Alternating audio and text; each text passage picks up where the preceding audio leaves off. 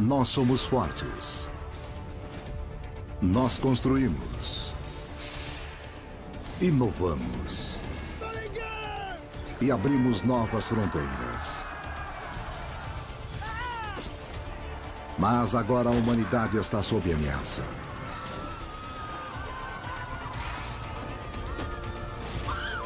Forças do caos foram liberadas.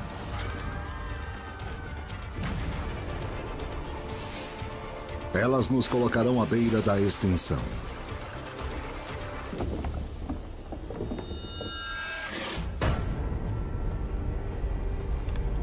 Em meio ao caos de um planeta implacável, muitas espécies vão se extinguir, mas para uma, todas as peças vão se encaixar. E uma série de chaves vão abrir o caminho para a humanidade triunfar. Essa é a nossa história. A história de todos nós.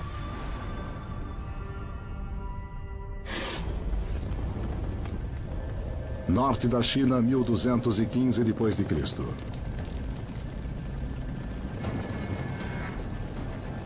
Os mongóis estão chegando. 50.000 guerreiros.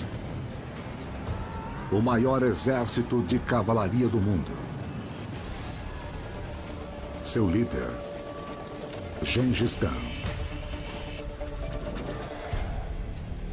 Um dos comandantes mais sanguinários da história humana.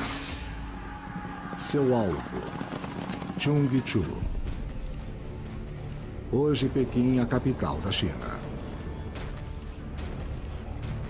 As cidades são importantes na história da humanidade. São centros de poder, aprendizado e riqueza. Eles precisam se proteger. Chungchu tem 30 quilômetros de muralhas com 12 metros de altura. Mesmo assim, está vulnerável ao ataque.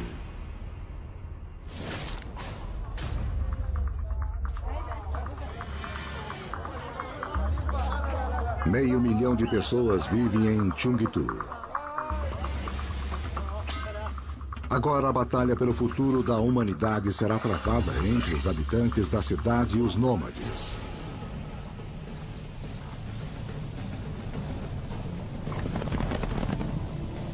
Gengis Khan, filho de um chefe tribal. Seu pai foi morto. Ele foi mandado para o exílio. Se você sobrevivesse a uma infância como a de Gengis Khan, você iria ter um peso sobre seu ombro. Você iria querer provar para todo mundo que eles estavam errados. Você iria querer provar que você sabia o que estava fazendo. Você iria querer provar que você era a criatura mais malvada de todas. Ele escapou de seus captores e lutou para chegar ao topo. Uniu os mongóis. E começou uma campanha de conquista que iria mudar o mundo. A chave do seu sucesso. O cavalo. Domesticado 5.000 anos antes na Ásia Central. Os cavalos expandiram as fronteiras da humanidade. Os mongóis podiam viajar 480 quilômetros por dia. Usar o cavalo na guerra abre uma nova oportunidade para a humanidade. Se voltarmos à luta dos mongóis contra os chineses, o que vemos é a primeira viagem pontual na história, que sem dúvida irá nos levar ao tanque. E essa viagem são com cavalos. Os mongóis começavam a montar aos 3 anos. Eles aprendiam a cavalgar sem usar rédeas. Quando eles encontravam homens a pé, para os mongóis esses homens eram como ovelhas. Você podia assustá-los e eles corriam. Eles podiam atirar a todo galope. Foi a primeira versão da Guerra Relâmpago. Eles eram capazes de entrar em um lugar, de causar danos, e então desaparecer antes que alguém soubesse o que os atingiu. O Império Mongol e as duas guerras mundiais claramente marcaram uma tendência na história da humanidade, a violência. Nenhum exército tinha viajado tão longe e tão rápido até a Segunda Guerra Mundial.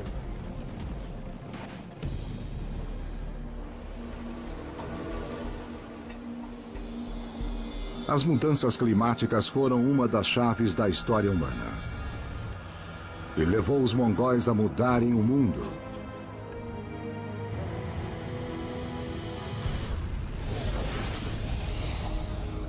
A 150 milhões de quilômetros da Terra, uma onda de atividade solar.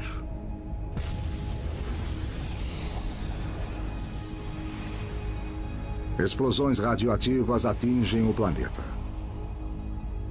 É o começo de 3 séculos de aquecimento global. A mudança climática é um dos grandes problemas ambientais, mas é um entre muitos, porém é mais perceptível para todos nós. Na Mongólia, a seca transforma pastos em deserto. Para sobreviver, os mongóis vão para o sul em direção à China, o maior poder da Ásia, lar das maiores cidades do mundo. A China é o grande prêmio. Se você puder conquistar a China, você vai conquistar uma terra de suprimentos infinitos. Grãos, seda, chá. A China é o prêmio mais rico que os mongóis poderiam obter. A China é, ao mesmo tempo e em tempos diferentes, várias coisas. Ao falarmos da China, ela não é mais o que a gente achava. Ao se aproximar de Cheongju, Gengis Khan dá um ultimato.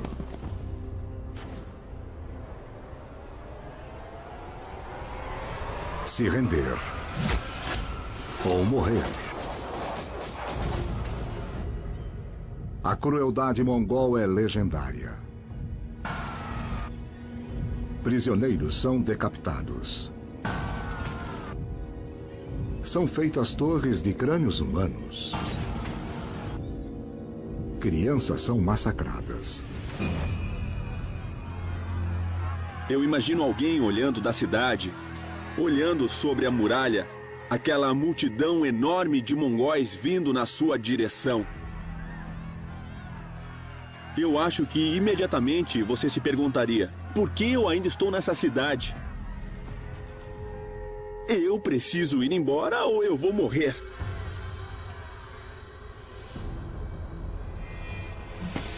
Gengis Khan estuprou tantas mulheres que hoje cerca de 1 entre 200 carregam os seus genes. A maior felicidade é ter em seu peito as mulheres e filhas dos seus inimigos. Foi dito que 60 mil mulheres preferiram se suicidar a serem estupradas pelos mongóis.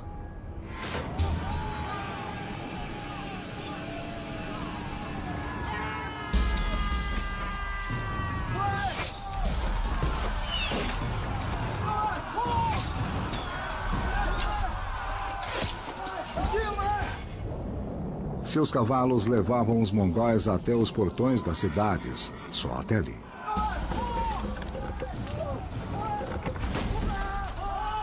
Para tomar a cidade, eles usaram engenheiros chineses. Eles os forçaram a construírem arias.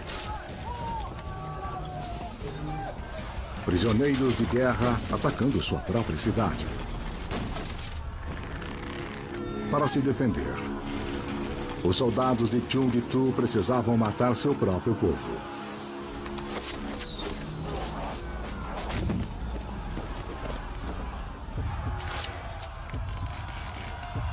Se o portão quebrasse, a cidade caía.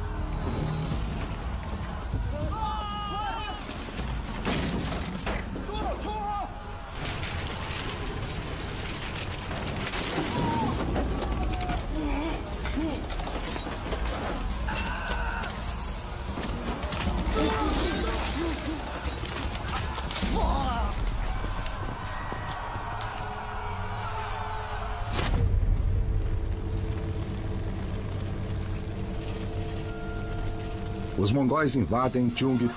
e massacram mais de 100 mil pessoas. Daí ateiam fogo à cidade.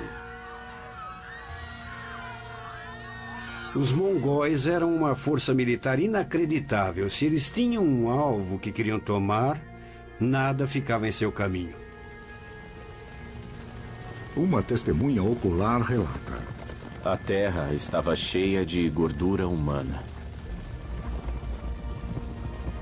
Em sua época, dizem que Gengis Khan foi responsável pela morte de 40 milhões de pessoas. Tanto quanto Adolf Hitler. Em 25 anos, ele conquistou mais terras do que Roma em 400 anos. 16 milhões de quilômetros quadrados. Até agora, o maior império da história humana. O segredo do seu sucesso: comunicação.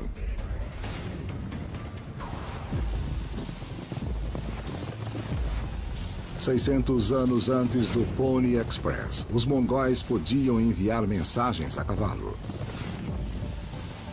Através de uma área 2 vezes maior que os Estados Unidos.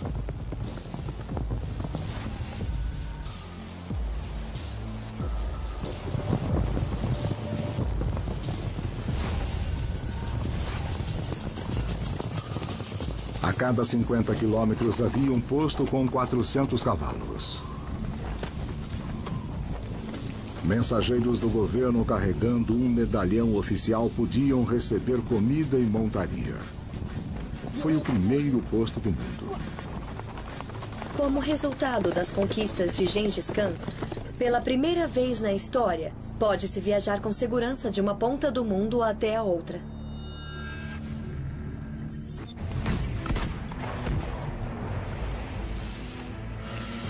Papel, escrita e pólvora vão do Oriente para o Ocidente.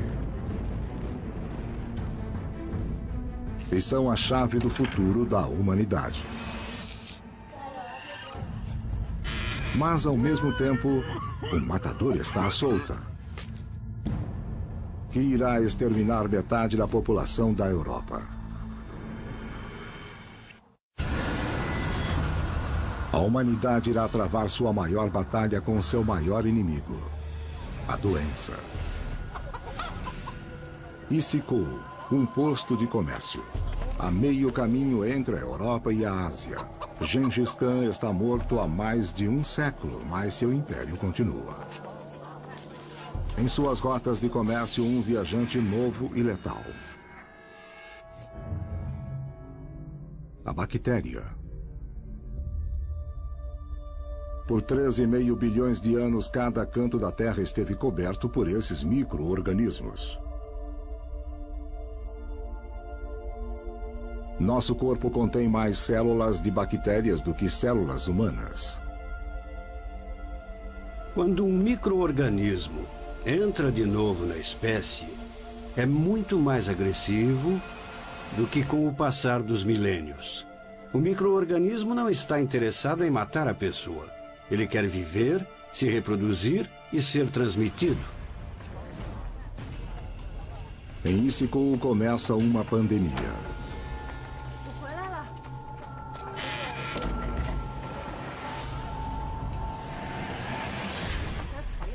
Uma das primeiras vítimas registradas é Kutluk. Casado, cristão, morrendo. Os remédios caseiros de sua esposa não funcionam.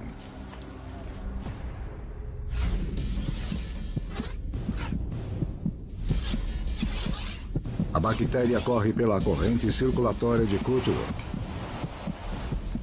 Elas dominam seu sistema imunológico e se alastram implacavelmente,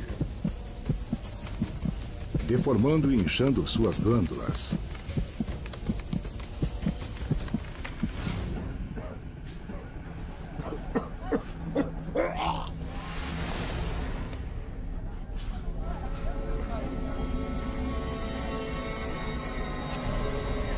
A pele tem feridas cheias de pus.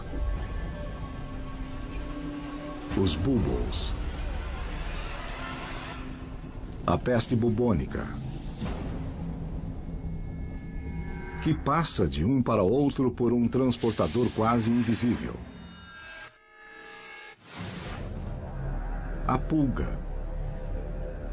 Seu alimento é o sangue. Quando ela pica, libera a bactéria da peste na corrente circulatória.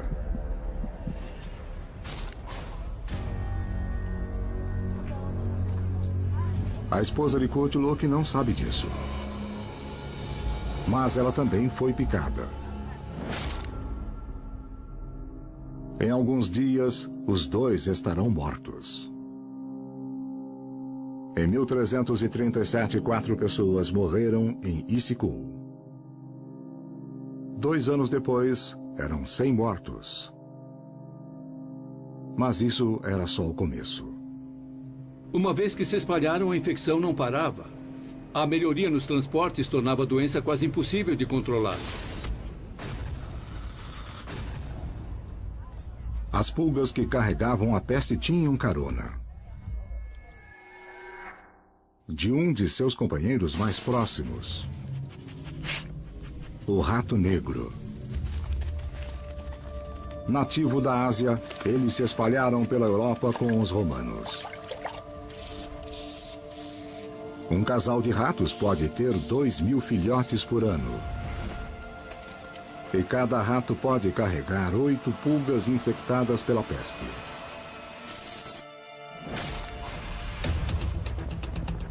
Os ratos negros infestaram a carga que era levada pelas rotas comerciais dos mongóis.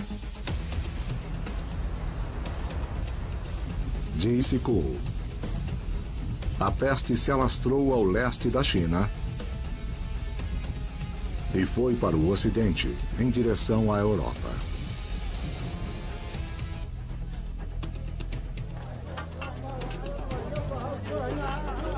Caffa, no Mar Negro.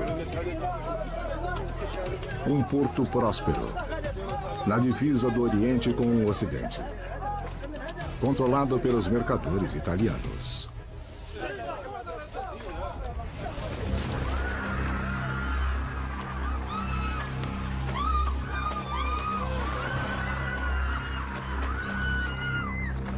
Um homem é tido como responsável por levar a peste para a Europa. Um descendente de Gengis Khan. Jenny Bag.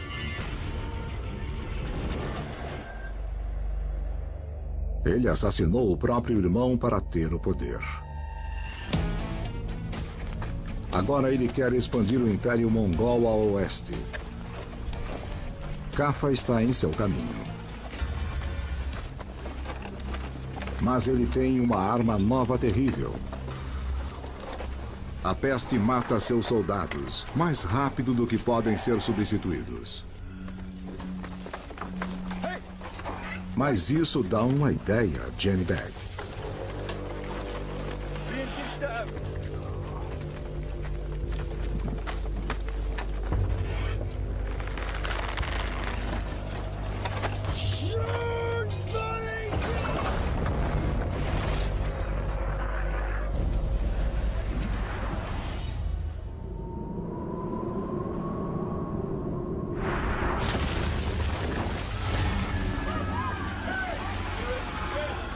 Seus homens mortos serviriam de munição.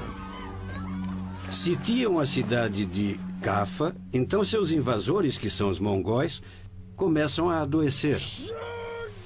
E ao invés de se retirarem, eles atiram os cadáveres na cidade.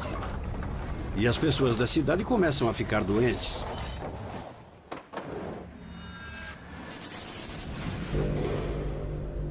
Armas biológicas são tão letais que elas foram banidas em 165 países, incluindo Rússia e Estados Unidos.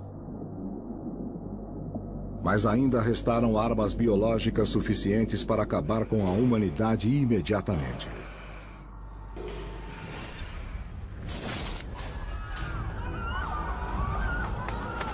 Ninguém tinha usado armas biológicas como Jenny Bag.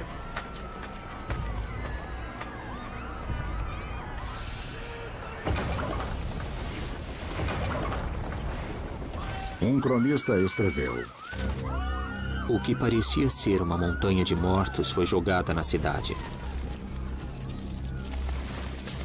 Os corpos apodrecendo infectavam o ar. O mau cheiro era insuportável.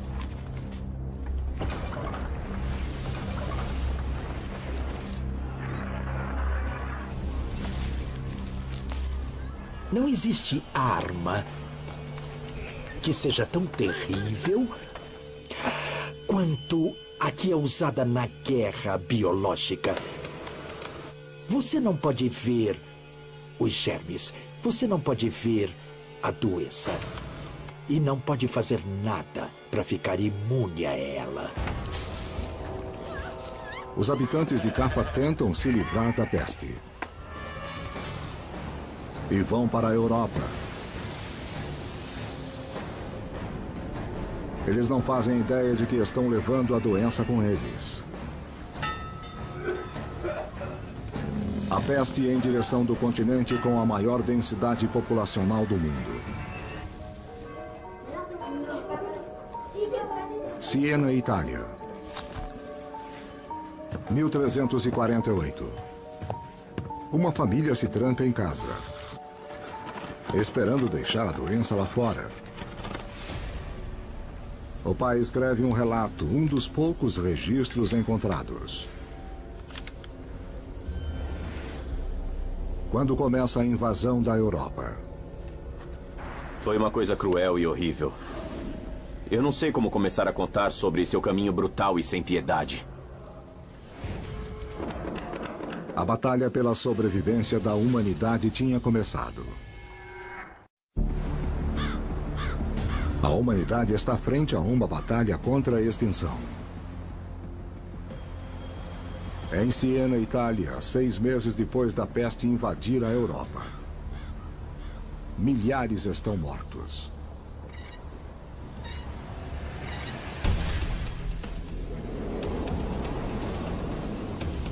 Agnolo de Tura. Um homem de negócios local, o cronista da cidade. Confina sua família dentro de casa.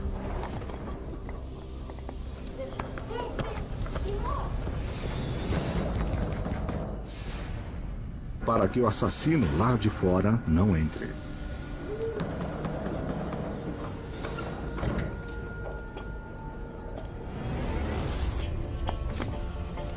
Agnolo usa fogo e fumaça para afastar a peste. Ninguém suspeita que ela é levada por ratos.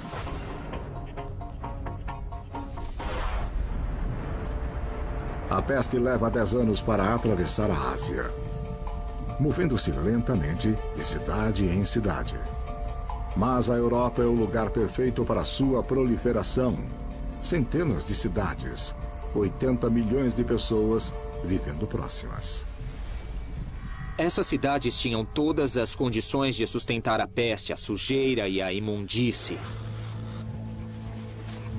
Os roedores eram considerados como parte normal da vida nesse momento e ninguém achava que esses roedores e suas pulgas pudessem ser um problema em potencial. Daí você tinha um grande número de pessoas, todas juntas nessas pequenas moradias, e era o tipo de situação que você ia querer se estivesse tentando causar uma epidemia de peste. Os homens dominaram as vacas, mas as minúsculas bactérias, pequenininhas, elas dominaram os homens.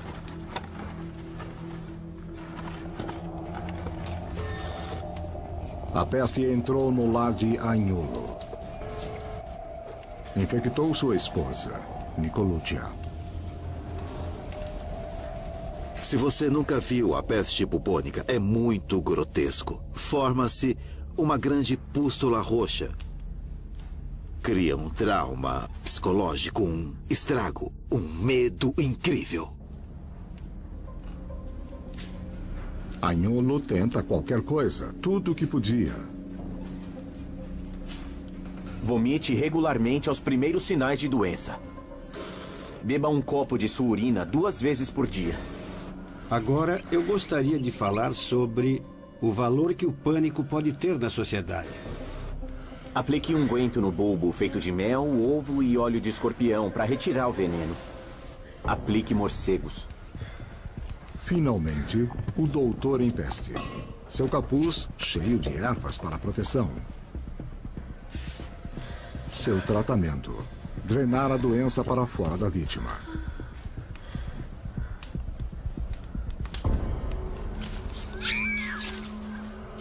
Os médicos tentaram qualquer medida desesperada. Sangria foi tentada, sanguessugas foram usadas, mas nada dava certo. A melhor coisa que o médico poderia fazer era ficar longe dos pacientes. Inadvertidamente estavam levando a bactéria de um paciente para outro. Nesse meio tempo, a bactéria da peste sofria mutação, encontrando novos meios de se reproduzir e se alastrar. Elas não precisavam mais serem carregadas pelas pulgas. Eram levadas pelo ar.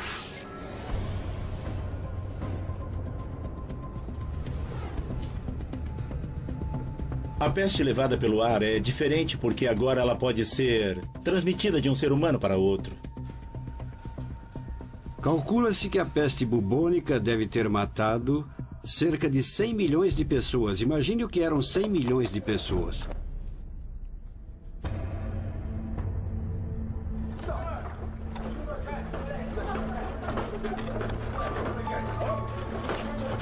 Em 6 meses, 31 mil pessoas, 60% de Siena, foram dizimadas.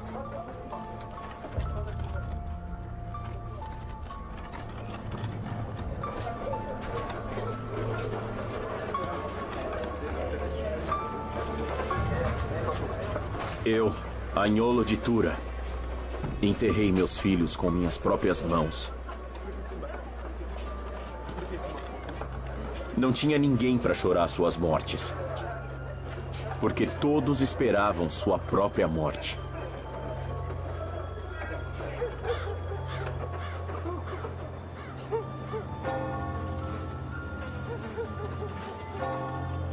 Tantos morreram que se acreditava que seria o fim do mundo.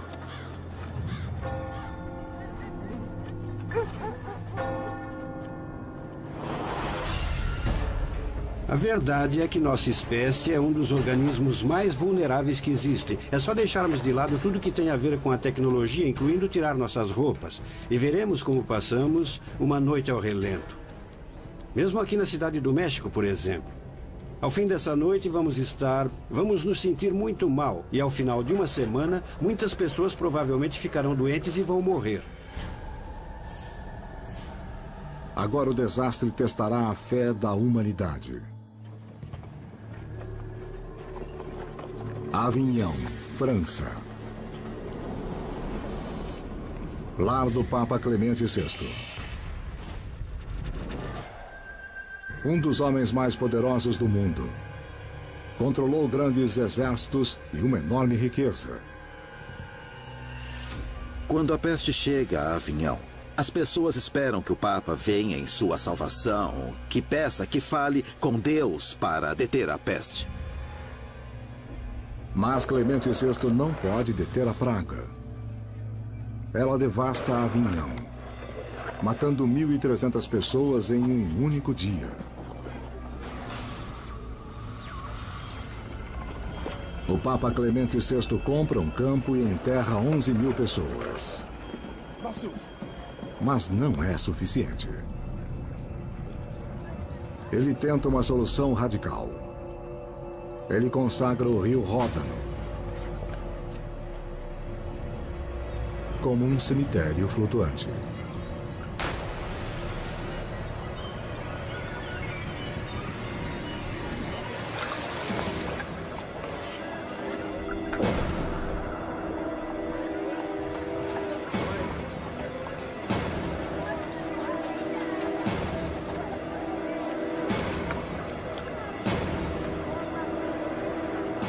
Com os corpos flutuando no rio Ródano, as pessoas percebem que o Papa não pode fazer nada por elas.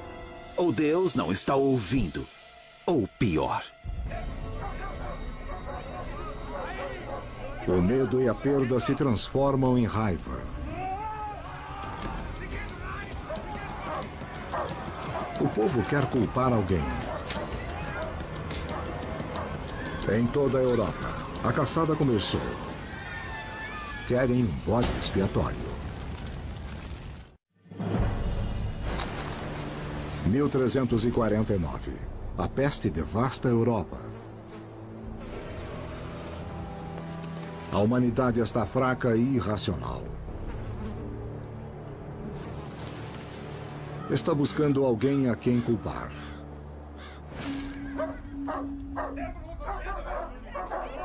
Estrasburgo, Alemanha. A peste ainda não chegou aqui. Ainda. Mas os boatos se alastram mais rápido do que a própria doença. Uma conspiração diabólica. Dizem que os judeus estão envenenando a água potável. Era a Idade Média antes da Revolução Científica e do método científico. Era um mundo cheio de superstições, raiva, confusão e, infelizmente, tudo isso levava ao preconceito. Desde o século VI a.C., quando sua terra natal foi conquistada, o povo judeu criou várias comunidades por todo o planeta. Hoje, 26 países têm uma população de mais de 10 mil judeus.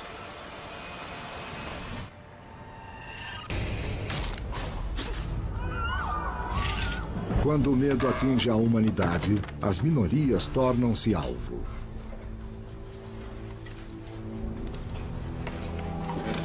As autoridades de Estrasburgo tentam proteger os judeus colocando guardas em suas ruas.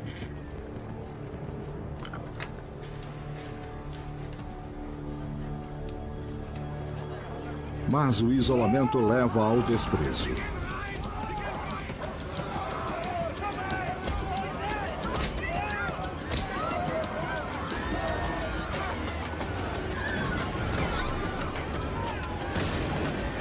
A multidão faz a lei com suas próprias mãos. –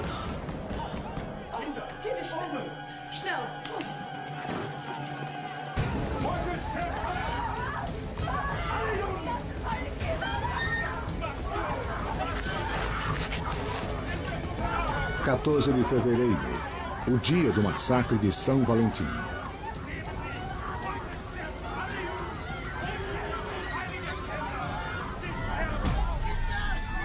Os judeus de Estrasburgo podem escolher se converter ou morrer.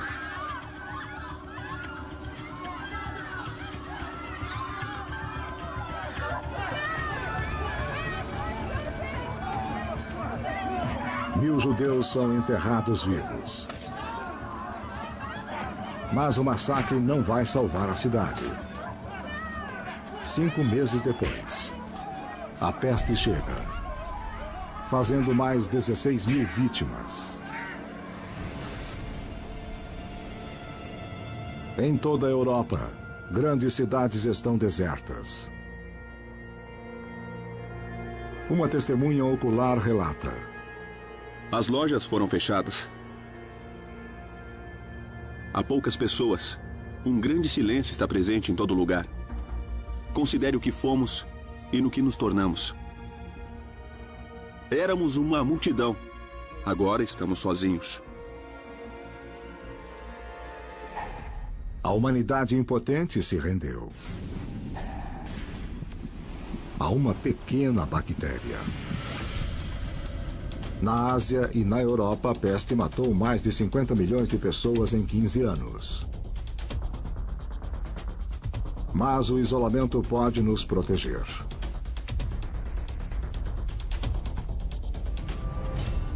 O Oceano Atlântico impediu que a peste chegasse às Américas.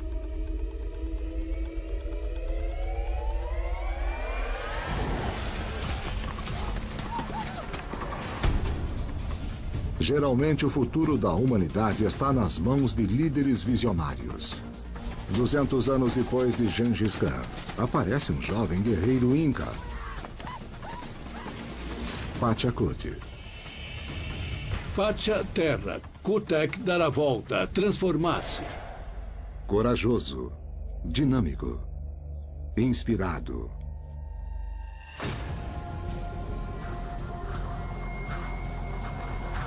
A visão do Deus do Sol em uma batalha poderosa que iria criar o Império dos Incas.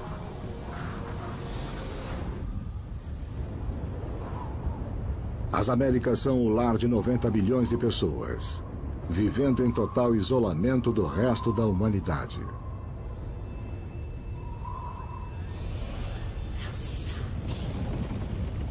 Nesse mundo novo não há cavalos. Eles foram caçados até a extinção. Não há ferramentas de ferro, nem veículos com rodas.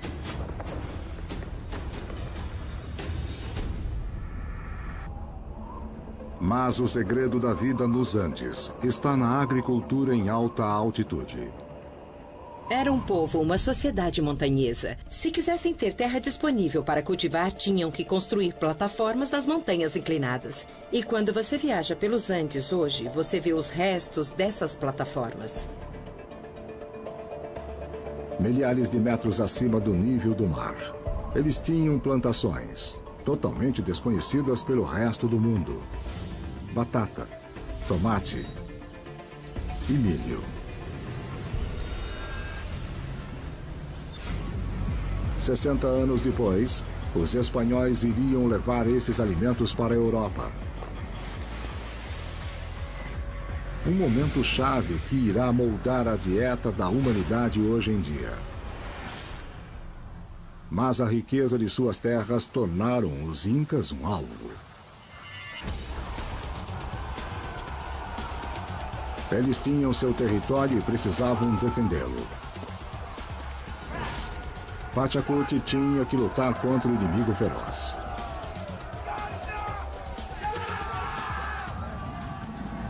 Liderado por um rei morto. A história da humanidade é moldada por homens predestinados.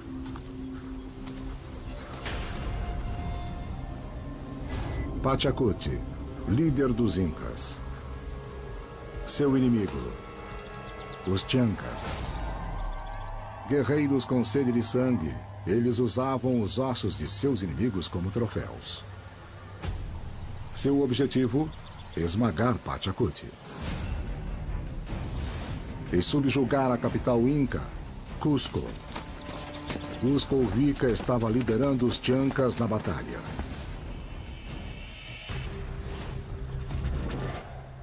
Poderoso, impiedoso e morto. Em vida, ele iniciou o reinado Chanca de terror. Na morte, ele fala através de seus sacerdotes. Nos Andes, os ancestrais estão muito mais presentes na vida das pessoas. E os mais importantes são mumificados. Muito antes dos egípcios, o povo da América do Sul preservava seus mortos.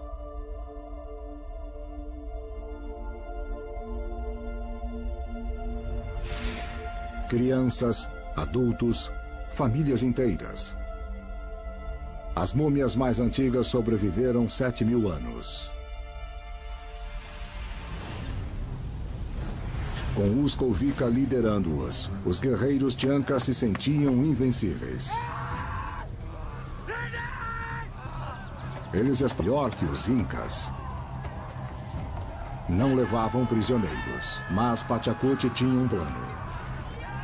O objetivo era capturar o corpo mumificado do seu inimigo. Se sobrepujassem Cusco Vica, a vitória seria deles. Ele acredita em algo mais poderoso do que Cusco Vica.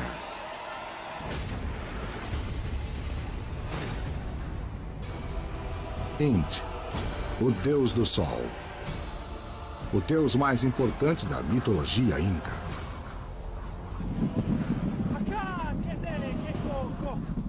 Na noite anterior à batalha, Int aparece a Pachacuti em um sonho e promete a ele uma vitória gloriosa.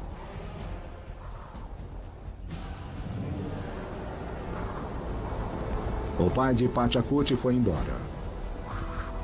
Seu irmão foi embora.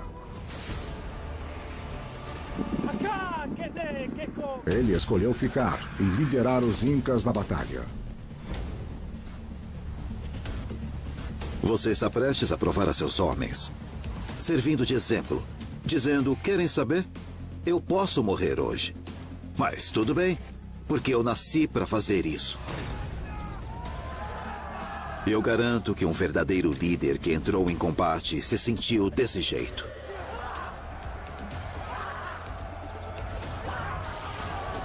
Pachacute provoca os Chancas, alimentando sua ira.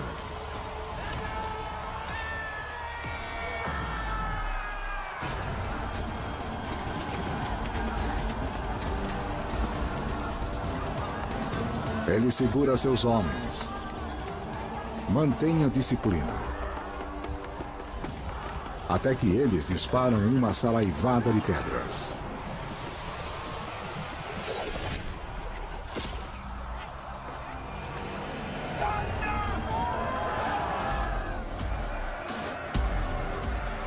Pachacute se movimenta.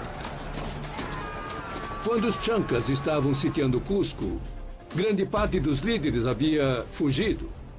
Pachacute assume o papel de defender a cidade.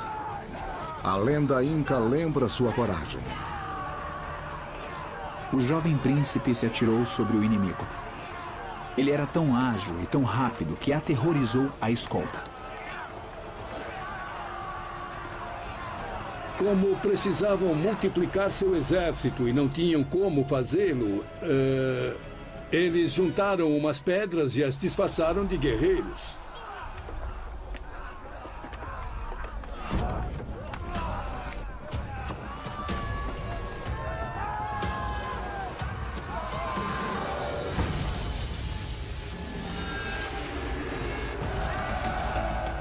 Os Chancas, vencidos.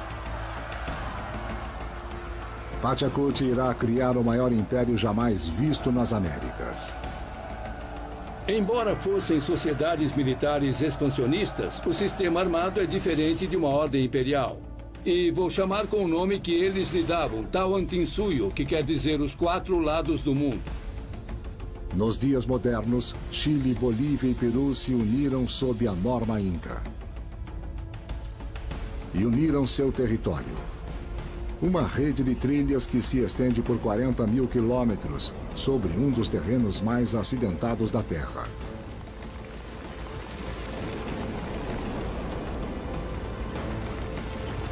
No final da trilha, vemos Machu Picchu, o palácio de Pachacute sob as nuvens. Desconhecido para o resto da humanidade.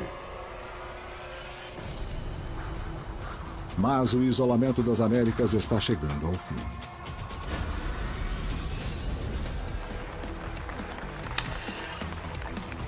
Na Europa, os sobreviventes da peste vão reconstruir tudo, iniciando uma nova era de conquistas e exploração. Que irá levá-los a descobrir o novo mundo.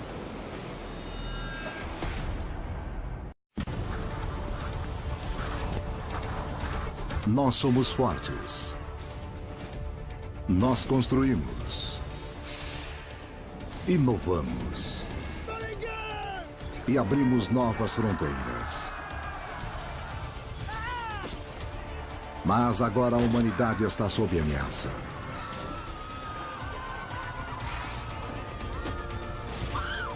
Forças do caos foram liberadas.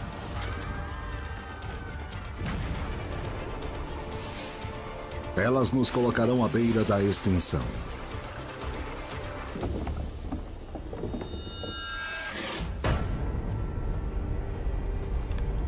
Em meio ao caos de um planeta implacável, muitas espécies vão se extinguir, mas para uma, todas as peças vão se encaixar. E uma série de chaves vão abrir o caminho para a humanidade triunfar. Essa é a nossa história. A história de todos nós.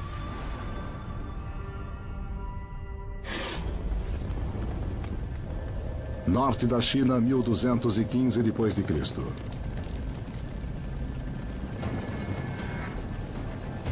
Os mongóis estão chegando. 50.000 guerreiros. O maior exército de cavalaria do mundo. Seu líder, Gengis Khan. Um dos comandantes mais sanguinários da história humana. Seu alvo, Chungchu. Hoje, Pequim, a capital da China. As cidades são importantes na história da humanidade. São centros de poder, aprendizado e riqueza. Eles precisam se proteger. Chungchu tem 30 quilômetros de muralhas com 12 metros de altura. Mesmo assim, está vulnerável ao ataque.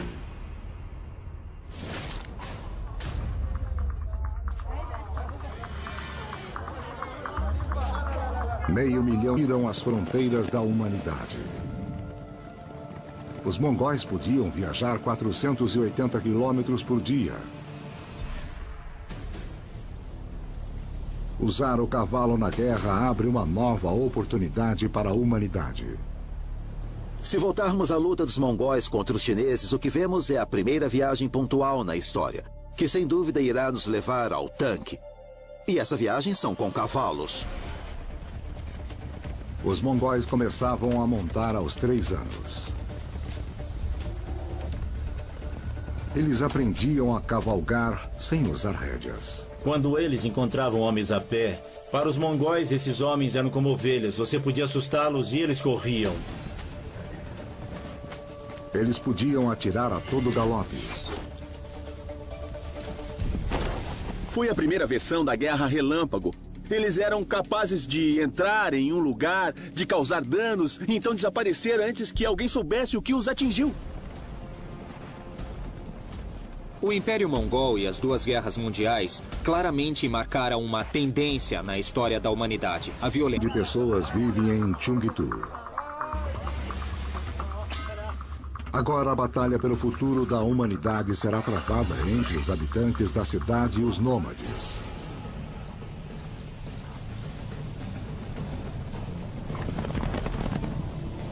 Gengis Khan, filho de um chefe tribal. Seu pai foi morto. Ele foi mandado para o exílio. Se você sobrevivesse a uma infância como a de Gengis Khan, você iria ter um peso sobre seu ombro. Você iria querer provar para todo mundo que eles estavam errados. Você iria querer provar que você sabia o que estava fazendo. Você iria querer provar que você era a criatura mais malvada de todas. Ele escapou de seus captores e lutou para chegar ao topo. Uniu os mongóis. E começou uma campanha de conquista que iria mudar o mundo. A chave do seu sucesso. O cavalo. Domesticado 5.000 anos antes na Ásia Central. Os cavalos expandiram. Nenhum exército tinha viajado tão longe e tão rápido até a Segunda Guerra Mundial.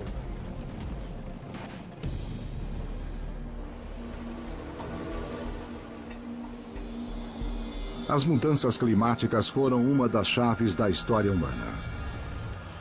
E levou os mongóis a mudarem o mundo.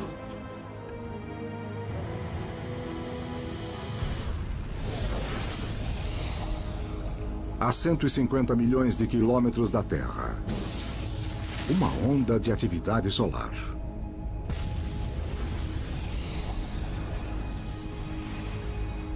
Explosões radioativas atingem o planeta. É o começo de 3 séculos de aquecimento global. A mudança climática é um dos grandes problemas ambientais, mas é um entre muitos, porém é mais perceptível para todos nós. Na Mongólia, a seca transforma pastos em deserto. Para sobreviver, os mongóis